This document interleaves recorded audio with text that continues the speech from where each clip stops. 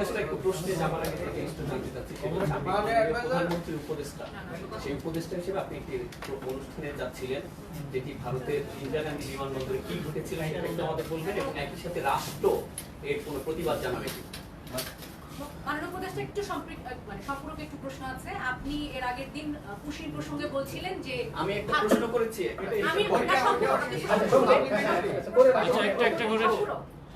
আপনি বলেছিলেন যে বাংলাদেশকে ভারত কোনো চাপে ফেলতে চায় না। এই আমি কি বলেছি আমি আবার বলবো। আমি কি শেষ করি, আমার প্রশ্ন শেষ হয় না। আপনার এই যে চলে আসা বা সেই সম্মেলনে অংশ নেওয়া ভারত বাংলাদেশের সম্পর্কে নতুন অস্থিরতার মধ্যে ফেলছে। আচ্ছা, আমি আসছি। আমি আগের ব্রিফিং এর মানে এই ব্রিফিংটা আমার থাকার কথা ছিল না, আমার আজ ভারতেই থাকার কথা ছিল ঘটনাচক্রে। আচ্ছা, আমি আগেরটা একটু ক্ল্যারিফাই করি। আমাদের অনেকেই খুবই মিসকোট করেন। আমি নিজ থেকে সীমান্তে পুশিং নিয়ে কোনো কথা বলিনি, আমি একটা প্রশ্ন রেসপন্ড করেছি। আমাকে প্রশ্নটা করা হয়েছিল, প্লিজ একটু সবাই মন দিয়ে শুনবেন। আমাকে প্রশ্নটা করা হয়েছিল এই যে পুশিং হচ্ছে, এটা কি বাংলাদেশকে চাপে ফেলার জন্য হচ্ছে কিনা? That was the question. My answer was pushing হচ্ছে, আমরা চাপে পড়ছি, কিন্তু এটা যে বাংলাদেশকে চাপে ফেলার উদ্দেশ্যে করা হচ্ছে আমি সেটা মনে করি না, আমি স্টিল মনে করি না। এবং সেটা আমার ব্যাখ্যা ছিল, এটা তাদের পশ্চিমবঙ্গের একটা রাজনীতি আছে, তারা সেটাকে তাদের নির্বাচনী ম্যানিফেস্টোতে এনেছেন, সেটা পার্ট হিসাবে করেছেন। কেউ কেউ দেখানোর চেষ্টা করলেন বিএসএফ তো ভারতের কেন্দ্রীয় সরকারের অংশ, তাহলে কি কেন্দ্রীয় সরকারের কোনো ইনভলভ নেই? রাজ্য সরকার যখন এই কাজগুলো করে বিএসএফ কে সেটা পার্ট হিসেবে কাজ করতে হয়। কিন্তু আমি আবারও বলেছি তখন, এখনো বলছি, চাপ তৈরি করা হবে ব্যাপারটা এমন না। আচ্ছা, এবার গতকালের এই প্রশ্নটা আসলে আসবেই, আমি জানতাম কি ঘটেছে বিস্তারিত। আসলে আমি সোফার পত্র পত্রিকায় যা যা দেখছেন, নানান সূত্র থেকে বাংলাদেশ এবং ইন্ডিয়ান মিডিয়াতে যা যা এসছে, আসলে ঘটনাগুলো ঠিক এরকমই ঘটেছে। আমি আমার জায়গায় খুব অল্প একটা কথা বলি, আর ওই প্রশ্নটা করবো যে এটা নতুন চাপ তৈরি করবে কিনা সেটা যাবো। আমি ওখানে একটা ব্যক্তি হিসেবে যাই, আমি এই সরকারের একজন প্রতিনিধি হিসেবে গেছি, রাষ্ট্রের একজন প্রতিনিধি হিসেবে গেছি।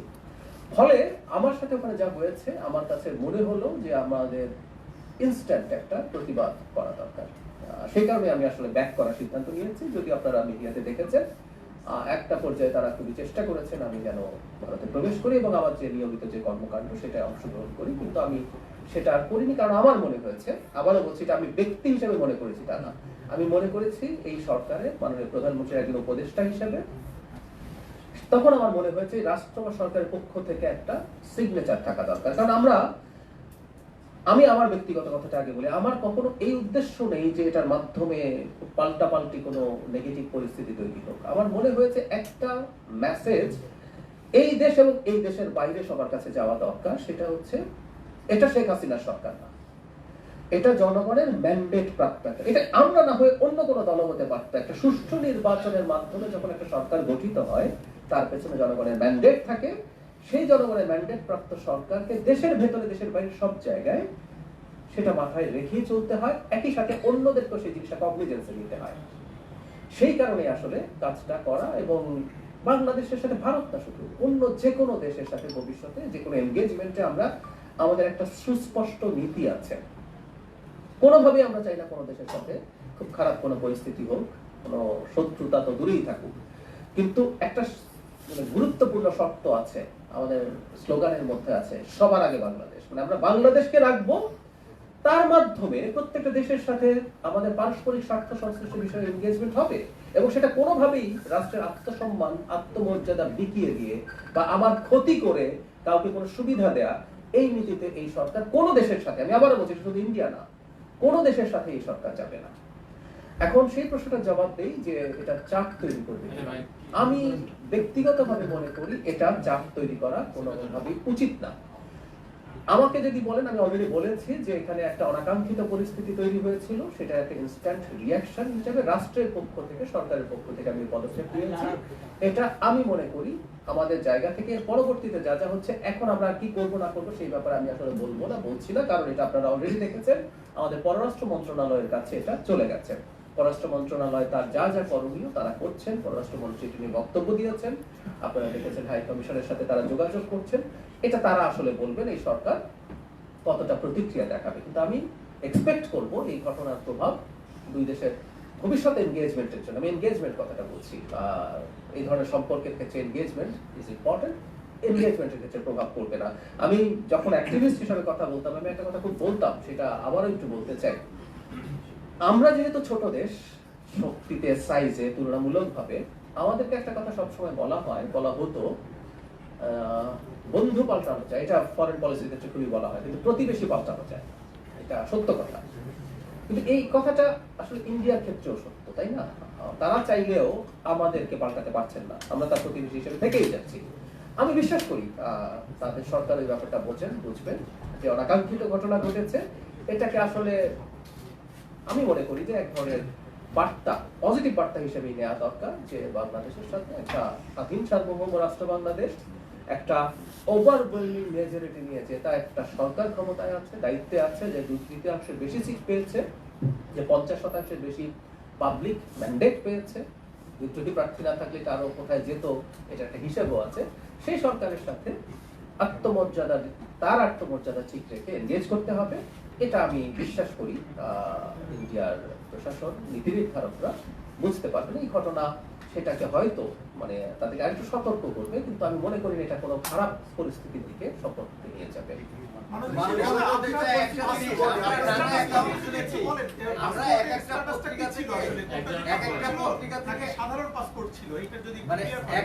আচ্ছা আসছে, হ্যাঁ পাসপোর্ট এক একটা পত্রিকাতে আপনার ব্যাপারে এক এক ধরনের অ্যাকাউন্ট আসছে। আমি আপনার মুখ থেকে আপনার অ্যাকাউন্টটা শুনতে চাই, আসলে কি অনাকাঙ্ক্ষিত ঘটনা হয়েছে?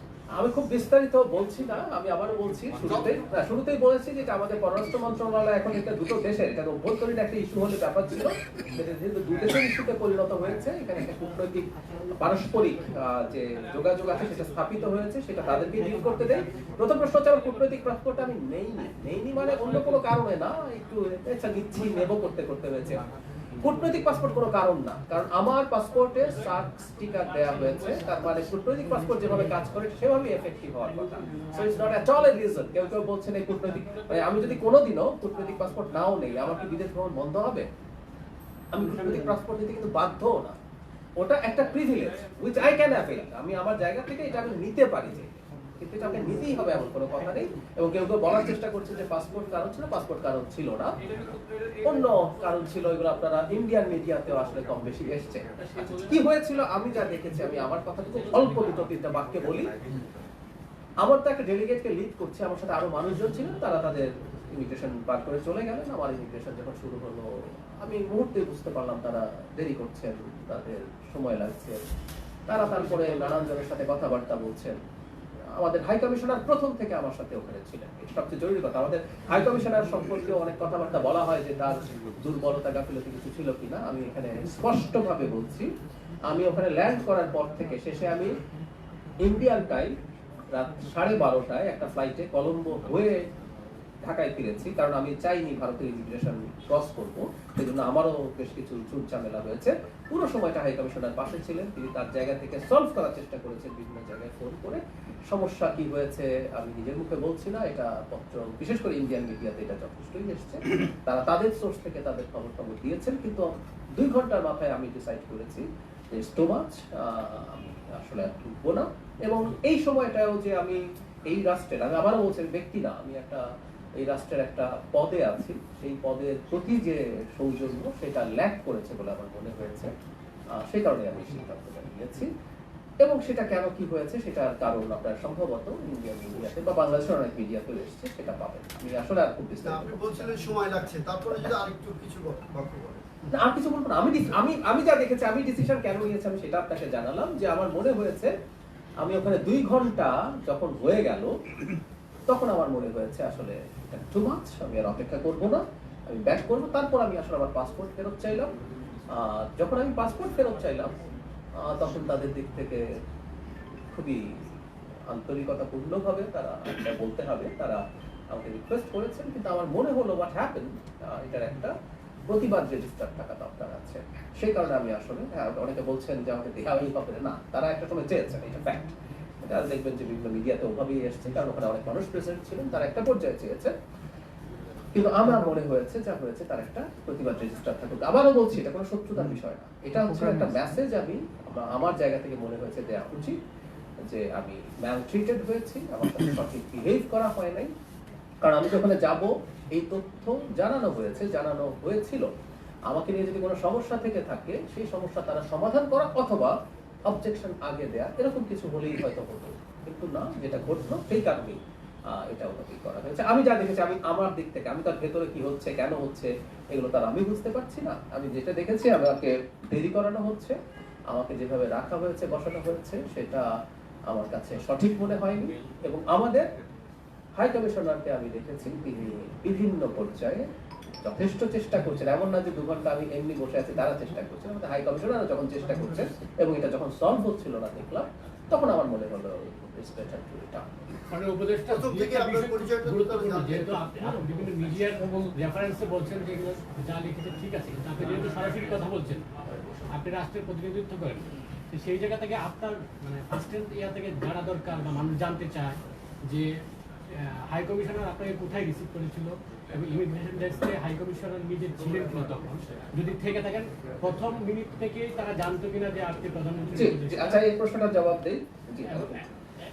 এবং মানে তারা যে ধরনের আচরণ করেছে, কথাবার্তা বা জিজ্ঞাসাবাদ বিভিন্ন জিনিস মিডিয়াতে এসেছে, সেইগুলো কেমন ছিল? আচ্ছা, হাই কমিশনার আমাকে ব্রোডিং ব্রিজের মানে গোড়া থেকেই নিয়ে আসছেন, বুথে ছিলেন, উনি ওনার পরিচয় দিয়েছেন, আমার পরিচয় দিয়েছেন, তারা প্রথম থেকে জানেন মানে ওখানে যারা অফিসিয়াল ছিলেন আমি কে। হাই কমিশনার বলেছি মানে প্রয়োজন ছিল না, কিন্তু উনি আমাকে কলম্বোর যে প্লেন সেটা তুলে দিয়ে বাড়িতে গেছেন। ওখানে আরেকজন অফিসিয়াল ছিলেন, হাই কমিশনারকে আমি বলছি যে আপনি চলে যান, উনি আমাকে তুলে দিলেই হবে, কিন্তু না, উনি করেছেন। শুধু সেটা না, আমি যখন শ্রীলঙ্কায় 3.5 ঘন্টা ছিলাম আমি বারণ করেছি, কিন্তু আমাদের শ্রীলঙ্কার হাই কমিশনার যিনি আছেন তিনিও এয়ারপোর্টে প্রেজেন্ট ছিলেন। তো আমি আমাদের অফিসিয়ালদের আন্তরিকতা, বিশেষ করে দিল্লিতে হাই কমিশনার বুথে শুধু না, উনি প্রতিটা মুহূর্তে, এমনকি আমি কিভাবে দেশে ফিরবো, কারণ আমি চাইনি ইমিগ্রেশনের সিলটা দিতে, যে আমি ওখানে প্রবেশ করি নাই এটার একটা সাইন থাকা দরকার। এই কারণে আমার কিন্তু ফেরাটা জটিল হয়েছে, নাহলে এটা সহজ হতে পারতো। কিন্তু আমি ডিসাইড করেছি যে আমি এই সিলটা এবার নেব না, মানে আমি নেওয়া মানেই তো হচ্ছে আমি ইমিগ্রেশন ক্রস করেছি এন্টার ইন্ডিয়া এবং ডিসাইড করেছি। তো ওই কারণে যখন তো ব্যবস্থাপনা প্রয়োজন সেটা শেষ পর্যন্ত ইনফ্যাক্ট হাই কমিশনারই করেছেন। আর আমাকে খুব বেশি জিজ্ঞাসাবাদ করা হয়নি আসলে, ডিল করছিলেন হাই কমিশনার। আমাকে একটা জায়গায় বসতে দেওয়া হয়েছে, যে বসতে দেওয়াটাও আমি মনে করি এই রাষ্ট্রের একজন প্রতিনিধি হিসেবে সুটেবল ফর মি। আমি বসেছিলাম মূলত, খুব বেশি কিছু জানানোও হচ্ছিল না, খুব বেশি যে প্রচুর জিজ্ঞাসাবাদ করা হচ্ছে ব্যাপারগুলো এরকম কিছু ছিল না, এবং নানান কথাবার্তা কোনো একটা রুমে নিয়ে আটকে রাখা হয়েছে না, একদম একদম ভুল কথা। পরবর্তীতে আবার আপনি দেশটিতে যদি ভ্রমণের আহ্বান তারা জানানো হয় বা জানায় বা রাষ্ট্রীয় প্রতিনিধি দেশটিতে যাবেন কিনা? নিশ্চয়ই যাব। আমি এই কথাটা খুব স্পষ্ট করে দিচ্ছি, আমি যদি প্রপার ইনভিটেশন পাই আমি নিশ্চয়ই যাব। আমি ভারতের সাথে এনগেজ করতে চাই লজিক্যালি এন্ড রেশনালি, কথাটা খুব ইম্পর্টেন্ট। ভারতের সাথে এনগেজ করার কথা বললে কারো কারো কাছে মনে হয় যে আমি দেশ বিকিয়ে দিতে যাচ্ছি। বাংলাদেশ বিকিয়ে দিয়ে ভারতের সাথে সম্পর্ক এই সরকার কখনো করবে না, সবার আগে বাংলাদেশ বলছি আমরা। সো ভারতের সাথে আমরা এনগেজ করতে চাই আমাদের সমমর্যাদার ভিত্তিতে। আমরা ব্যবসা বাণিজ্য সহ আরো অনেক কিছুতে আমাদের উন্নতি করার সুযোগ আছে। আমরা যে জায়গায় ছিলাম সেখান থেকে তো আমরা নেমেও এসেছি, ইন্টারিমের সময় সম্পর্কটা যথেষ্ট খারাপ পর্যায়ে গেছে, সেগুলো সরিয়ে রেখে আমরা এনগেজ করতে চাই, ব্যবসা বাণিজ্য করতে চাই, আমাদের এক্সচেঞ্জ নানান ফর্মে হতে পারে। শুধু সেটা না, আপনারা জানেন গঙ্গা পানি চুক্তির মেয়াদ শেষ হচ্ছে এই বছরের ডিসেম্বরে, আমাদের সেই পানি চুক্তির রিনিউয়াল নিয়ে কথা আছে, আমাদের তিস্তা চুক্তি নিয়ে কথা আছে, আমাদের পানি আমাদের অভিন্ন আরো টোটাল 53টা নদী আছে, আমাদের সাথে তো আমাদের রাইট আছে, আমাদের ভারতের সাথে এনগেজ করতে হবে, এবং সেখানে যদি কোনোভাবে রোল প্লে করতে পারি আমি সেটা লুফে নেব। আমি এটা স্পষ্টভাবে জানিয়ে দিই, আমার সাথে যে আচরণ হয়েছে সেই আচরণের জন্য আমি যা করেছি এটা ওই আচরণের একটা তাৎক্ষণিক প্রতিক্রিয়া। আমি ব্যক্তিগতভাবে চাই ভারত তার এই মানসিকতা নিয়ে আমাদের সাথে আসবেন, যে একটা গণতান্ত্রিক সরকারের সাথে, ইনফ্যাক্ট ইন্টারিম সরকারের সময় তারা অনেকবারই কথাবার্তা বলেছেন যে গণতান্ত্রিক সরকারের সাথে তারা নতুন সরকার যেটা আসবে, যেটা জনগণের ম্যান্ডেট প্রাপ্ত, তার সাথে তারা এনগেজ করবেন। আমি আশা করি তারা সেটা এগিয়ে যাবেন, এবং আমি যদি কোথাও কোনোভাবে রোল প্লে করার সুযোগ পাই, ইনভিটেশন পাই, নিশ্চয়ই ভারতে যাবো। আবারও বলছি, ব্যক্তি জাহিদ ওখানে কিছু করে নাই, আসলে আমি এটাকে ব্যক্তিগতভাবে নেই নাই। আমি দেখেছি যে রাষ্ট্রের একটা সরকারের একটা পজিশনের একজন মানুষের সাথে এই আচরণ হচ্ছে, সেই কারণে আসলে এটা করেছি, সেই জন্য এটা ধরে রাখা। উপদেষ্টা জাহিদুর রহমানের ছিল নাকি সরকারের ছিল? প্রাথমিকভাবে আমার ছিল, তারপর আমি নিশ্চয়ই আলোচনার মাধ্যমে সিদ্ধান্ত নিয়েছি। এটা প্রাথমিক সিদ্ধান্ত আমার, কারণ পরিস্থিতি আগে দেখেছি।